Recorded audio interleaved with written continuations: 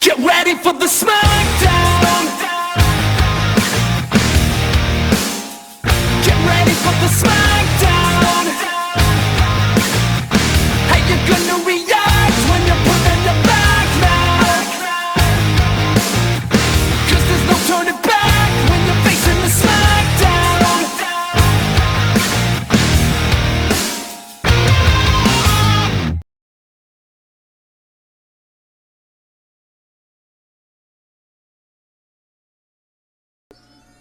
Section 5 continues, guys, and as you saw, this fight was created by a YouTuber known as Movie Lover. The numbers, I'm not going to go with all the numbers. And he pits the animated versions of the JLA versus the Avengers.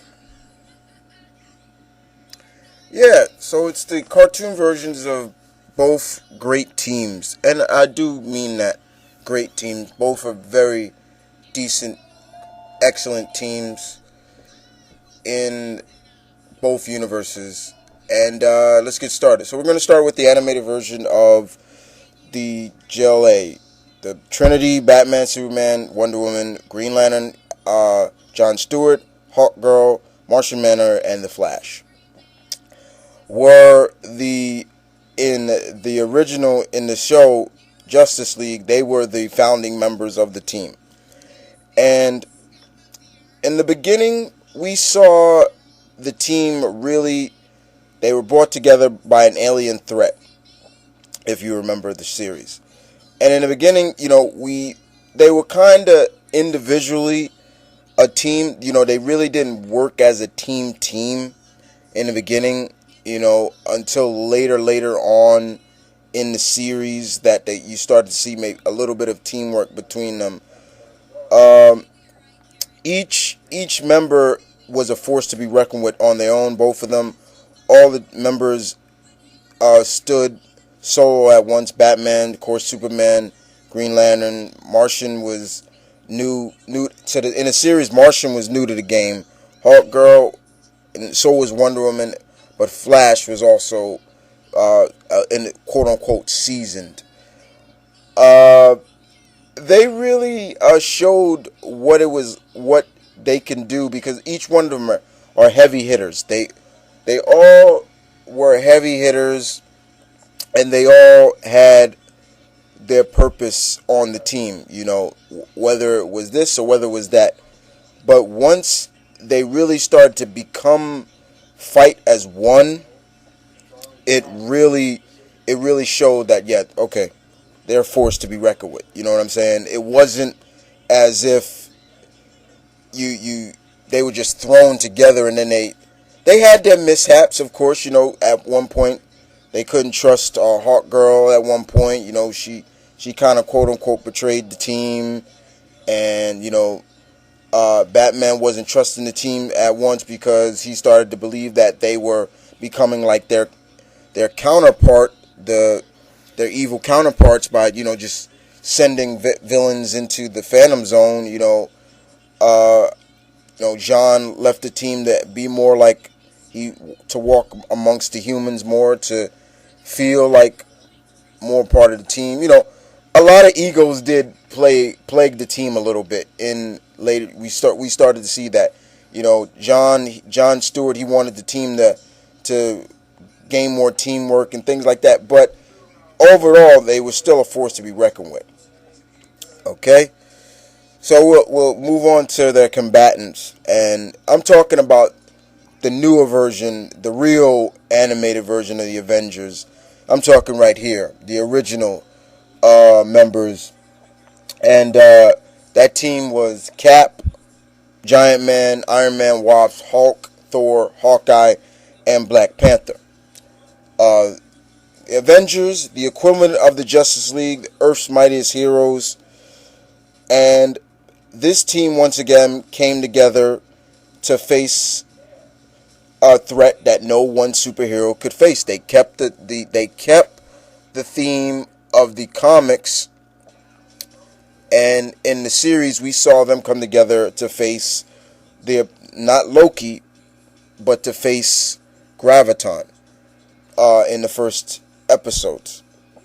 And once again, we saw them really still acting independently.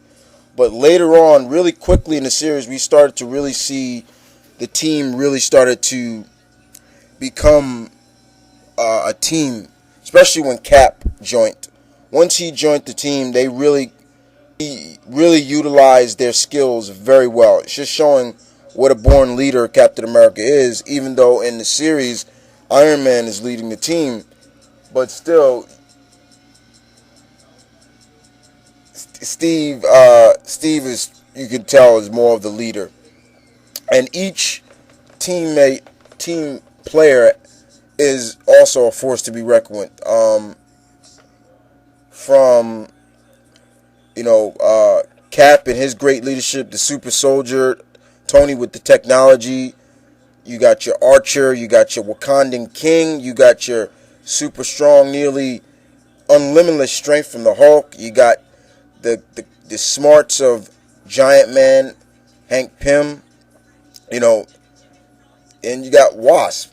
You got Wasp, who may not look like a threat, but really is a threat. And of course, you got a god on there, a god of thunder. So it is a sense of an equal playing field. Even though I think I think one more over the original 7 of the animated version of the JLA.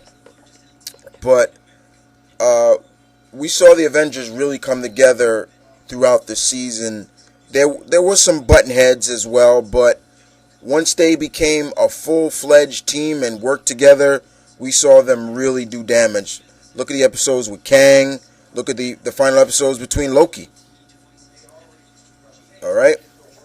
So, in terms of a battle, if they were able to do an animated, JLA Avengers crossover animated with these the original teams, this would be interesting. First of all, it'd be cool as hell. I would really, really love it. But, interesting, because it would have to make sense to have these teams going at it. And it would have to make more of, okay, why are these two teams fighting? But if they did fight, key thing that's going to play into this, guys, is teamwork. Very good teamwork. Leadership is we're going to really have to see the team leaders really, lead the team. They fight good one-on-one, but it's going to come down mainly to teamwork. Will they fight one-on-one, use the abilities to basically, fight against the other team, But I just see this being a one hell of a fight.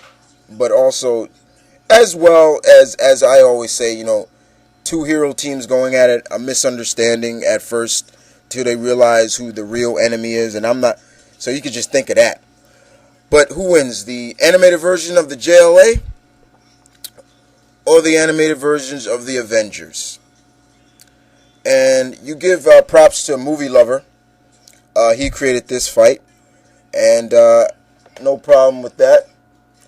But other than that, this is Mumford & Kid saying peace, one love, stay tuned, keep it real, battle on.